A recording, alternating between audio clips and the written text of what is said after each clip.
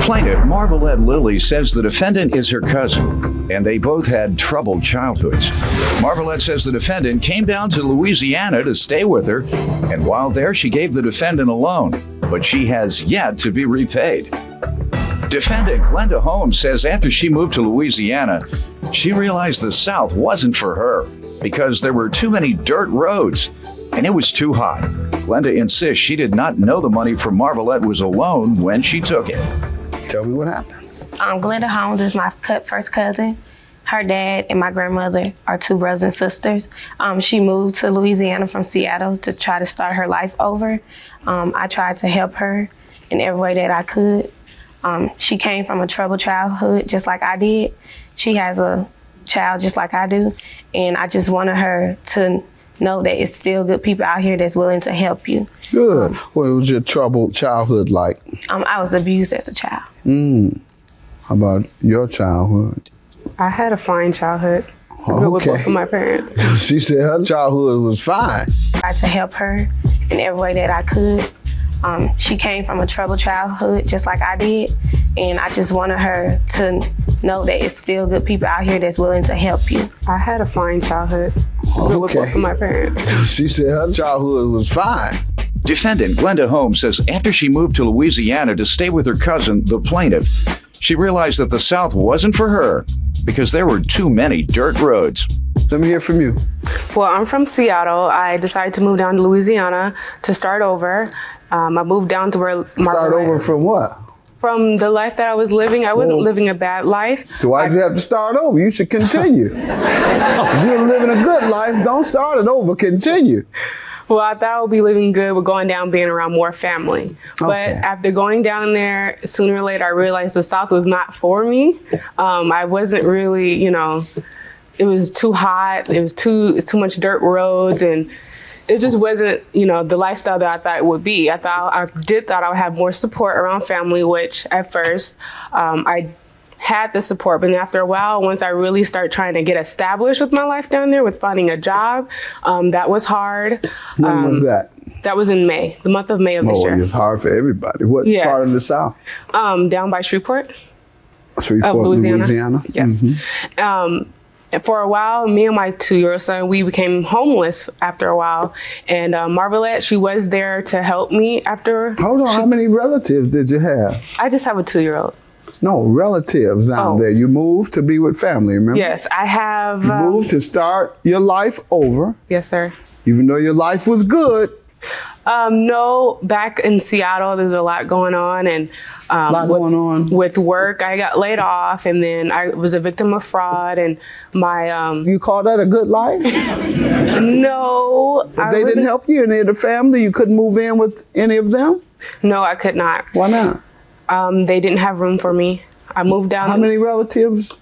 I had a lot of cousins down there and an uncle, but they were renting out their home to other people. Okay. So when I came down, I was, looking for Marvelette for her support. Which About how many relatives, adults, did you have? Adults? Yes. I would say about 15 that were actually first cousins and second cousins. Out of 15 adults, no one would take her and the son in at all? And if not, why? I'm not really sure about that, sir. How about you? Yes, sir. You took her in? For a little while, yes, sir. Oh, okay, good. So you did have one who took you in. All right. What happened with that little while? Okay, she ended up going back to Seattle. Okay, she said gotcha. that the South was not for her. Yeah, that's what she said. Dirt roads. The dirt roads, right. Yeah, the dirt road. Mess up your rent. Well, also, while being down there, when I was walking around, there was a stranger who walked up to me and asked me if I knew who Margaret Lilly is. I'm like, yeah, I know who she is. She's like, oh, has she stabbed you in the back yet?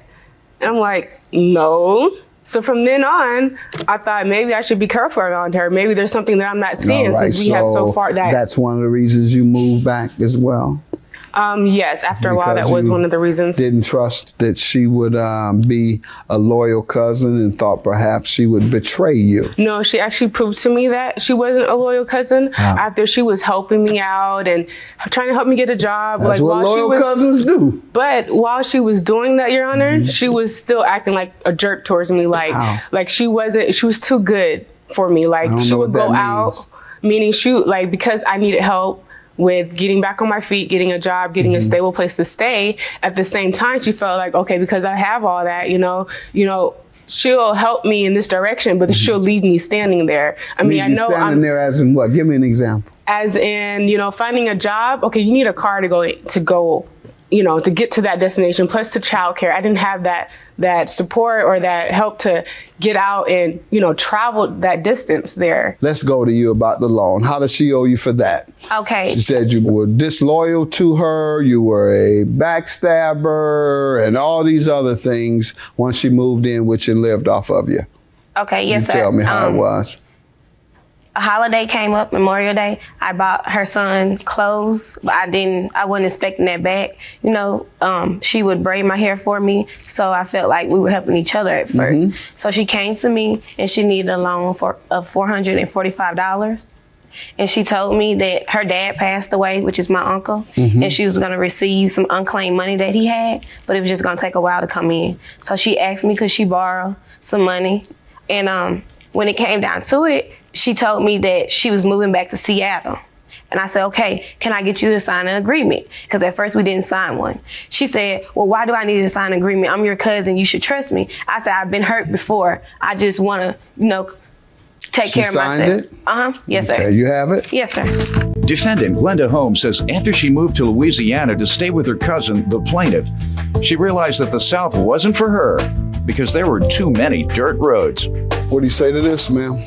I did not ask for the loan. She knew what was going on with my situation, and I was just telling her. Did you ask to move in? No, I did not. Okay. She offered. She said, well, why don't, since you agreed, though? Yes, I did. All right. Did you agree to take the $445? Yes, I did. Okay. So what are you saying when you say you didn't ask? You agreed to take it. You could easily say no to both. Right. Could have said, no, don't want to move in. Want to stay homeless.